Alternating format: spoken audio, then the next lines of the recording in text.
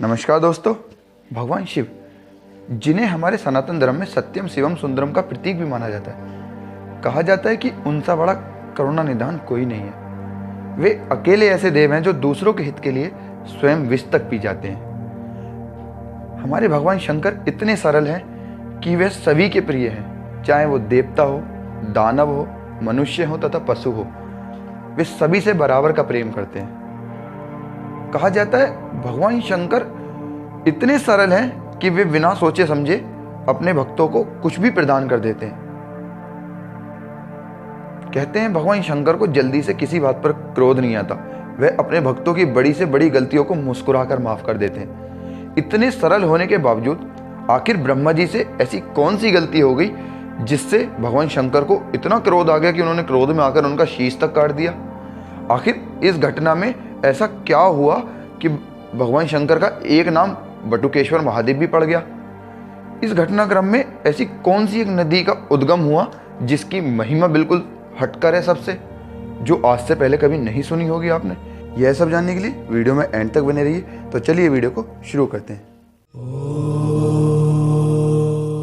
कहा जाता है जब भगवान ब्रह्मा का जन्म उस कमल के पुष्प से हुआ तो वह उस पुष्प के अलावा किसी और को अपने शरीर का पिता नहीं मान रहे थे।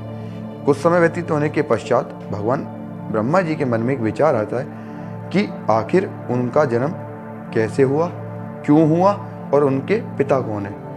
इस विचार ने भगवान ब्रह्मा को पूरी तरह से विचलित कर दिया। इस विचार का उत्तर पाने के लिए भगवान ब्रह्मा ने मन में यह निश्चय किया कि क्यों ना जिस कमल के पुष्प से उनका जन्म हुआ है उसके नालदंड से नीचे उतरकर उसका शिरा ढूंढ लिया जाए, जिससे उनको जन्म देने वाले पुरुष का भी पता लग जाएगा। ऐसा मन में निश्चय कर भगवान ब्रह्मा उस कमल पुष्प के नालदंड से नीचे उतरने लगे। अनेकों वर्षों तक नीचे उतरने के पश्चात उन्हें उनका सिरा नहीं मिला। यह इस सबसे हताश होकर जब भगवान ब्रह्मा पुनः उस कमल के पुष्प पर जाने लगे, तब अनेकों वर्षों तक ऊपर चढ़ने पर भी उस कमल पुष्प का पता नहीं लगा। इससे वह काफ़ी हताश हो गए। तब भगवान शंकर की कृपा से वहाँ पर एक आकाशवाणी होती है जो भगवान ब्रह्मा को तपस्या करने के लिए कहती है। तब भगवान ब्रह्मा उस आकाशवाणी को सुनकर अपने पिता दर्शन के लिए 12 वर्षों तक घोर तपस्या करते। 12 वर्षों की घोर तपस्या से प्रसन्न होकर भगवान विष्णु भगवान ब्रह्मा को अपने साक्षात रूप में दर्शन देते हैं तथा उन्हें उनका पिता होने का बोध कराते हैं और उनका जन्म किस कारण हुआ है यह भी उन्हें ज्ञात कराते हैं। तब यह सब सुनकर भगवान ब्रह्मा जी को अहंकार हो जाता है और वह अपने अहंकार में आकर खुद को सर्वोपरि जानने लगते हैं। तब इस बात को लेकर भगवान विष्णु तथा ब्रह्मा जी में एक बहुत बड़ी बहस छिड़ जाती है, जिस बहस के चलते उन दोनों के बीच अग्नि का एक लिंगनुमा आकृति का पिंड प्रकट होता है, जिसकी ऊंचाई तथा गहराई अनंत योजन की थी। तब अहंकार से भरे ब्रह्मा जी विष्णु जी से कहते कि हे विष्णु, आप इस पिंड का सिरा पता कीजिए तथा मैं इसका शिखर पता करता हूँ। तब दोनों यह निश्चय करके उसका सिरा तथा शिखर पता करने के लिए निकल जाते हैं। बहुत दूर जाने के पश्चात जब विष्णु जी को उसका सिरा नहीं मिलता है तो वे वापस आ जाते हैं तथा वैसे ही काफ़ी ऊंचाई तक जाने के पश्चात जब ब्रह्मा जी को उसका शिखर नहीं मिलता है तो वह नीचे आने लगते हैं। नीचे आते समय उन्हें गौ माता के दर्शन होते हैं तथा वह गौ माता से कहते हैं कि हे गौ माता, तुम मेरे साथ चलकर नीचे भगवान विष्णु से यह कह देना कि मैंने इस पिंड का शिखर देखा है। तब गौ माता ब्रह्मा जी से कहती है कि हे ब्रह्मदेव, मुझे झूठ बोलने से क्या लाभ होगा। तब ब्रह्मा जी गौ माता से कहते हैं कि अगर तुम ऐसा जाके बोल दोगी तो मैं तुम्हें सनातन धर्म में पूजनीय बना दूंगा, मैं ऐसा वरदान देता हूँ। उसके कुछ और नीचे आने के पश्चात उन्हें केतकी का पुष्प मिलता है। तो ब्रह्मा जी केतकी के पुष्प से भी वही बात कहते हैं जो ब्रह्मा जी ने गौ माता से कही थी। तब केतकी का पुष्प भी ब्रह्मा जी से वही सवाल करता है कि आखिर मेरे झूठ बोलने से मुझे क्या लाभ होगा। तब ब्रह्मा जी केतकी के पुष्प से कहते हैं कि मैं तुम्हें देवताओं पर चढ़ने योग्य बना दूंगा। तब केतकी का पुष्प भी ब्रह्मा जी के साथ नीचे आ जाता है। तब जब भगवान ब्रह्मा भगवान विष्णु से मिलते हैं तो ब्रह्मा जी विष्णु जी से पूछते हैं कि क्या तुम्हें इसका सिरा मिला।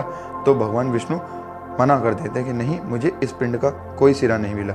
तथा यही सवाल जब भगवान विष्णु ब्रह्मा जी से करते हैं कि क्या तुम्हें इसका शिखर मिला, तो ब्रह्मा जी कहते हैं हाँ, मैंने इसका शिखर ढूंढ लिया है। तब वहाँ पर एक आकाशवाणी होती है कि यह ब्रह्मा झूठ बोल रहा है। तब ब्रह्मा जी अहंकार से भरे होकर कहते हैं कि यह आकाशवाणी झूठी है। अगर आपको मेरी बात पर विश्वास नहीं है तो आप गौ माता से पूछ लीजिए।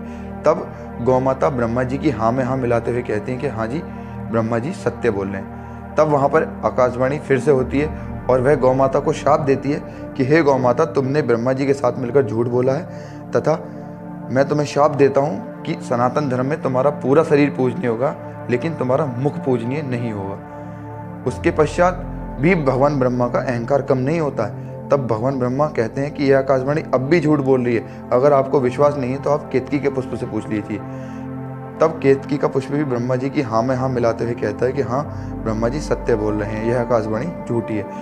तब फिर से एक और आकाशवाणी होती है और केतकी के पुष्प को शाप देती है कि हे केतकी के पुष्प, तुमने ब्रह्मा के साथ झूठ बोला है, तुम सभी देवों पे चढ़ाने योग्य होगे, लेकिन अगर तुम्हें कोई शिवलिंग पे चढ़ाएगा तो उसे 1000 गोहत्याओं का पाप लगेगा। कितना बड़ा पाप है ये। लेकिन ब्रह्मा जी का अहंकार यहाँ भी नहीं टूटता है, वह बार बार यही कहते रहते हैं कि यह आकाशवाणी झूठी है। तब उस अग्नि के पिंड में से एक ऋषि प्रकट होते हैं जिनके 5 मुख होते हैं और वह क्रोध में आकर भगवान ब्रह्मा का एक मुख काट देते हैं। उसके पश्चात भगवान श्री हरि नारायण उनसे विनती करके उनसे क्रोध शांत करने को कहते हैं। तब भगवान विष्णु से प्रसन्न हो वह अपना क्रोध शांत करते हैं और भगवान विष्णु से कहते हैं कि हे नारायण, तुमने सत्य का सहारा लिया, इसलिए आज से तुम्हारा एक नाम सत्यनारायण पड़ेगा। तब भगवान विष्णु उनसे विनती करते हैं कि हे महेश्वर, भगवान ब्रह्मा त्रिदेवों में से एक हैं और आप कृपा करके उनके इस कटे हुए शीश को पूजनीय बनाइए। तब भगवान शंकर उनके कटे हुए शीश को अपनी लीला से वट वृक्ष बना देते हैं तथा उसके नीचे बैठकर अनेकों वर्षों तक तपस्या करते हैं। वहाँ से भगवान शिव का एक नाम बटकेश्वर महादेव भी पड़ा। कहा जाता है कि जब भगवान ब्रह्मा का शीश कटा था तो उससे जब वो खून की धारा निकली थी तो पृथ्वी लोक में वो आज भी विराजमान है, जो कि उत्तर प्रदेश और बिहार की सीमा में 194 किलोमीटर के दरमियान पड़ती है, जिसे कर्मनासा नदी का भी कहा जाता है। कहा जाता है कि इस नदी के जल से यदि कोई हाथ भी लगा देता है तो उसके पिछले 7 जन्म के पुण्य कर्म बेकार हो जाते हैं। जो भी उसने पिछले 7 जन्म में पुण्य कर्म किए हैं वह सब बेकार हो जाते हैं, क्षीण हो जाते हैं।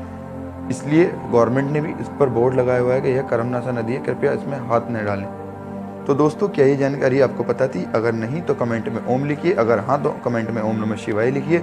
वीडियो अच्छी लगी हो तो वीडियो को लाइक, शेयर एंड सब्सक्राइब करना ना भूलें। Thanks for watching.